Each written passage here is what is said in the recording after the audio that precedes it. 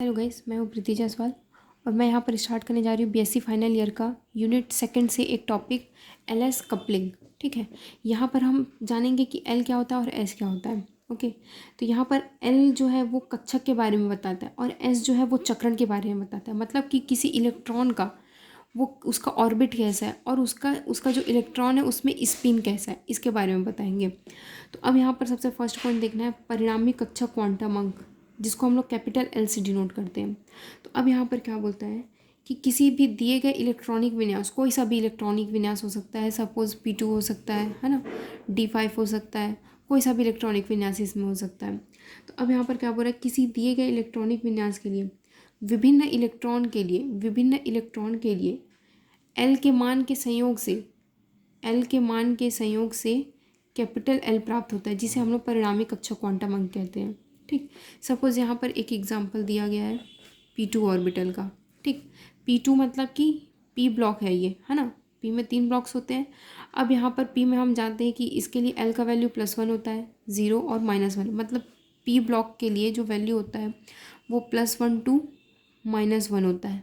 Okay, D block के लिए +2 to -2 होता है ना, F के लिए +3 to -3 होता है।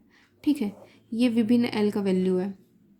ओके, तो अब यहाँ पर हमको ये P2 दिया है ना, मतलब कि जो P ब्लॉक है उसमें 2 इलेक्ट्रॉन्स फील है, तो ये एक दोनों क्लॉकवाइज है। ठीक, तो अब यहाँ पर हम लोग को ये कैपिटल एल का वैल्यू निकालना है। तो अब इस कैपिटल एल का वैल्यू निकालने के लिए ये सारे स्मॉल L1, स्मॉल L2 और ये स्मॉल L3 के वैल्यू को ऐड करना पड़ेगा, तब हमको ये परिणामी कक्षक क्वांटम अंक मिलेगा। तो हमारे पास यहाँ पर 2 इलेक्ट्रॉन थे, तो +1 और 0 तक बस लेंगे, तो ये क्या आ गया, हमारा 1 आ गया। अब इस एल के वैल्यू से हमको पद संकेत प्राप्त होता है। जो भी एल का वैल्यू होगा वो हमको बताएगा कि जो हमारा पद है वो एस है, पी है, डी है, क्या है। ठीक, अगर हमारा एल का वैल्यू 0 होता है तो हमारा पद संकेत होगा एस। अगर हमारा एल का वैल्यू होता है 1 तो हमारा पद संकेत होगा पी। अगर हमारा एल का वैल्यू होता है 2 तो हमारा पद संकेत होता है डी। और अगर 3 होता है तो होता है एफ। और अगर 4 होता है तो हमारा पद संकेत होता है जी। ओके, तो यहाँ पर ये हमारा ये 1 आया हुआ है, तो हमारा पद संकेत क्या हो जाएगा, यहाँ पर हमारा पी हो जाएगा। ठीक, ये 1 आया है तो यहाँ पर पद संकेत पी हो जाएगा। ओके, ये होता है परिणामी कक्षक क्वांटम अंक। अब दूसरा हमको यहाँ पर देखना है परिणामी चक्रण क्वांटम अंक, सेकंड। अब परिणामी चक्रण मतलब कि क्या समझ में आता है, चक्रण का मतलब होता है यहाँ पर कि जो इलेक्ट्रॉन दिया हुआ है वो क्लॉकवाइज है कि एंटी क्लॉकवाइज है ना, मतलब उसकी स्पिन कैसा है, इसको हम लोग एस से डिनोट करते हैं। ठीक, अब यहाँ पर हमको जानना है, जनरली हम लोग जानते हैं कि इस तरह का इलेक्ट्रॉन होता है तो वो उसे हम लोग क्लॉकवाइज स्पिन, और इस तरह का अगर इलेक्ट्रॉन हो, इस तरह का अगर मतलब ब्लॉक में भरोगे तो ये होता है एंटी क्लॉकवाइज स्पिन।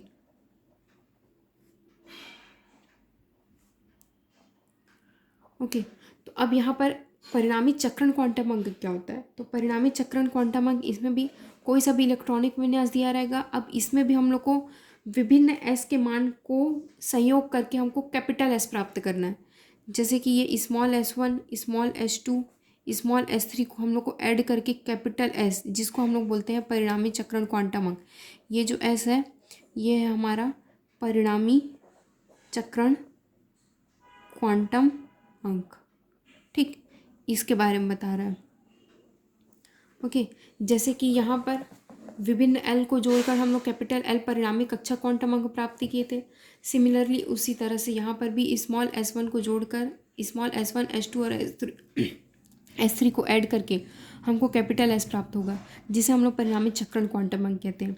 सपोज इसकी सहायता से, जैसे कि यहाँ पर हम लोग को एल में पद संकेत निकालना था, जब एल का वैल्यू प्राप्त होगा तो पद संकेत निकालना है। अब यहाँ पर जब एल का वैल्यू प्राप्त होगा तब हम लोग को बहुता मल्टीप्लिसिटी निकालना है, मल्टीप्लिसिटी, जिसका फॉर्मूला होता है 2s+1। ये जो s का वैल्यू है, इस s के वैल्यू को यहाँ पर पुट करना है तो हम लोग को बहुता का वैल्यू मिल जाएगा। ठीक है। सपोज़ यहाँ पर भी एक एग्जांपल P2 का ही ले लेते हैं।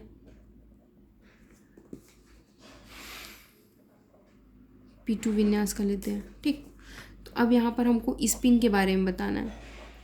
तो एक ही ये हो गया, ठीक। तो हम लोग जानते हैं कि जब क्लॉकवाइज स्पिन होता है तो उसके लिए वैल्यू +½ होती है, और जब एंटी क्लॉकवाइज स्पिन होता है तो उसके लिए वैल्यू -½ होती है। तो अब यहाँ पर ये क्लॉकवाइज स्पिन है, ये क्लॉकवाइज स्पिन है, तो इसका वैल्यू क्या होगा +½ इसका भी वैल्यू क्या हो जाएगा +½ तो अब हम लोग को कैपिटल S का वैल्यू निकालना है। तो अब ये S1 है, ये S2 है, तो दोनों को ऐड कर लो +½ और ये हो गया +½ तो ये हमारा मिल गया 1। अब ये S का वैल्यू 1 आ गया है, तो अब इस L के वैल्यू को बहुता के वैल्यू में पुट करना है।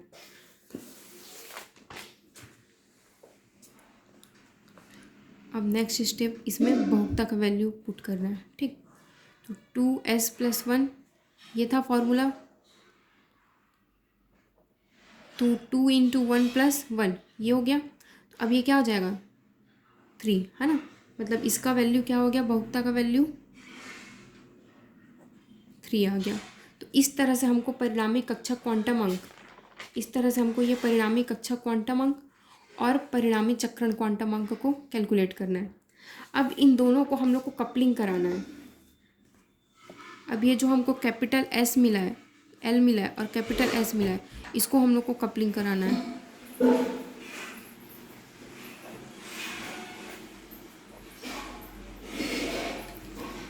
अब यहाँ पर क्या होगा, L का वैल्यू, इसमें हम लोग जानते हैं कि L का value small L1, L2, L3 इन तीनों को ऐड करके कैपिटल L का वैल्यू मिलेगा।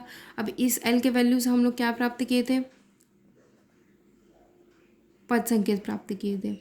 उसी तरह से S का वैल्यू, S के वैल्यू में भी स्मॉल S1, S2, S3 विभिन्न स्मॉल s को जोड़ करके, मतलब विभिन्न इलेक्ट्रॉन की स्पिन को ऐड करके हम लोग कैपिटल S प्राप्त किए थे, और इस S के बाद हमको मिलेगी बहुता का वैल्यू, ठीक।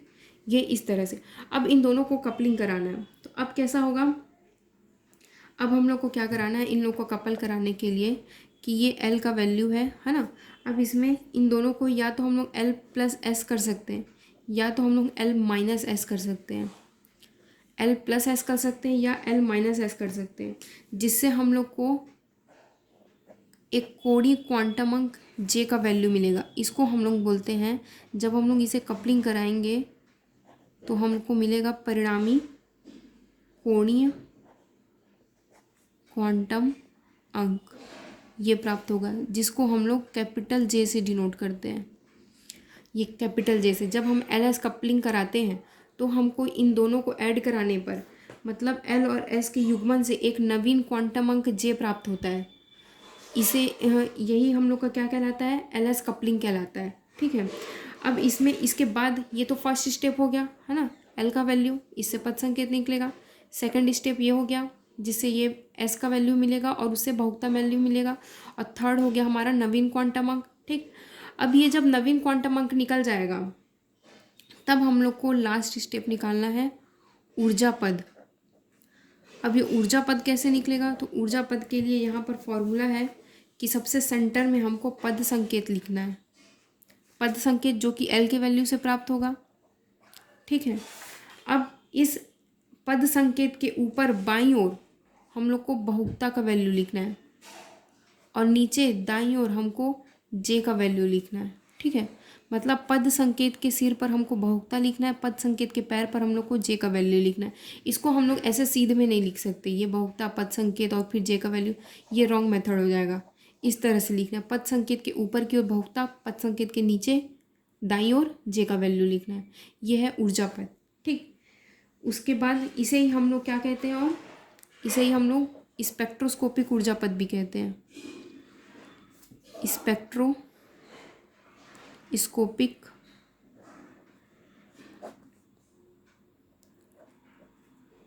स्पेक्ट्रोस्कोपिक ऊर्जा पद भी कहते हैं, ठीक है। तो यहाँ पर हमको LS कपलिंग कराने के लिए ये 4 स्टेप करना पड़ेगा। L का वैल्यू निकाले, पद संकेत निकला, S का वैल्यू निकाले, बहुता निकल गया। अब हमको इन दोनों का कपलिंग कराना था, तो या तो हम लोग इसका कपलिंग जोड़ के कर सकते हैं कि L + S हो, या तो माइनस करके कर सकते हैं, एल माइनस एस हो। तो अब हमको एक नवीन क्वांटम अंक मिल जाएगा जिसको हम लोग कैपिटल जे से डिनोट करते हैं, जिसे हम लोग परिणामी कोणीय क्वांटम अंक कहते हैं। और फोर्थ हमको ऊर्जा पद निकालना है, जिसमें बीच में हमको पद संकेत लिखना है, ऊपर बाईं ओर बहुता का वैल्यू और नीचे दाईं ओर जे का वैल्यू लिखना है। ठीक है, तो अब हम यहाँ पर एक एग्जाम्पल लेके देख लेते हैं P2 का। P2 का एग्जाम्पल लेकर चल रहे थे तो उसको ही लेकर चलते हैं। ठीक है, ये 2 इलेक्ट्रॉन रहेगा। अब यहाँ पर हमको क्या करना है, L का वैल्यू ऐड करना है। L का वैल्यू हम कैसे निकालते हैं, ये +1 0 -1, और S के लिए क्लॉकवाइज है तो ये दोनों क्लॉकवाइज है, तो ये भी प्लस हाफ हो जाएगा और ये भी प्लस हाफ हो जाएगा। तो अब निकाल लेते हैं। तो सबसे पहले L का वैल्यू फर्स्ट स्टेप निकालें, स्मॉल L1 L2 को जोड़ लो, क्या आ गया +1 0, ये हो गया +1। तो अब हमको मिल गया ये पद संकेत। अब L का वैल्यू जब 1 है, L का वैल्यू 1 है तो ये देख लो क्या आएगा, तो पद संकेत ये S P D और F, तो 1 है तो ये आ गया हमारा पद संकेत P। सेकेंड स्टेप हमको लेके चलना है S का वैल्यू। तो अब S का वैल्यू दोनों क्लॉकवाइज स्पिन है तो प्लस हाफ होगा, तो ये दोनों स्मॉल S1 को जोड़ लो, S1 S2 को जोड़ लेते हैं तो ये हमको मिल गया 1। अब इसको सदा बहुता का वैल्यू निकालेंगे, तो बहुता में फॉर्मूला में पुट कर लो 3। ठीक, अब हम लोग को थर्ड स्टेप निकालना है J का वैल्यू। तो J के वैल्यू के लिए 2 ही है ना, एक तो L + S कराओ, एक L - S कराओ। तो L का वैल्यू हमारे पास है यहाँ पर ये 1 है, और ये S का वैल्यू, ये मल्टीप्लिसिटी का वैल्यू है ना, इसको मल्टीप्लिसिटी कैपिटल M से डिनोट करते हैं। ठीक, इसका 3 है, इसको नहीं, इसको ऐड करना है S का वैल्यू को। तो ये 1 + 1 2 हो गया, और ये 1 - 1 0, मतलब हमारे पास 0 से 2 तक के वैल्यू हो सकते हैं। तो ये 0 1 2, ये J का वैल्यू आ गया। तो अब फोर्थ स्टेप में हमको ऊर्जा पद निकालना है। ऊर्जा पद निकालने के लिए क्या करना पड़ेगा, सबसे पहले पद संकेत लिखो। पद संकेत हमारे पास P है ना, तीनों को लेके चल सकते हैं, मतलब 0 से 2 तक के हमारे पास यहाँ पर J का वैल्यू है। ठीक, तो अब हमको इसको कैसे लिखना है, बहुता का वैल्यू क्या है यहाँ पर 3P और फिर 0, 3P J का वैल्यू 1, 3P J का वैल्यू 2। तो इस तरह से हमको ये 3 वैल्यू मिल गया है। ठीक है, यही 3 वैल्यू हमारा क्या है, हमारा पूर्ण ऊर्जा पद, पूर्ण ऊर्जा पद, जिसे हम लोग स्पेक्ट्रोस्कोपिक ऊर्जा पद भी कहते हैं।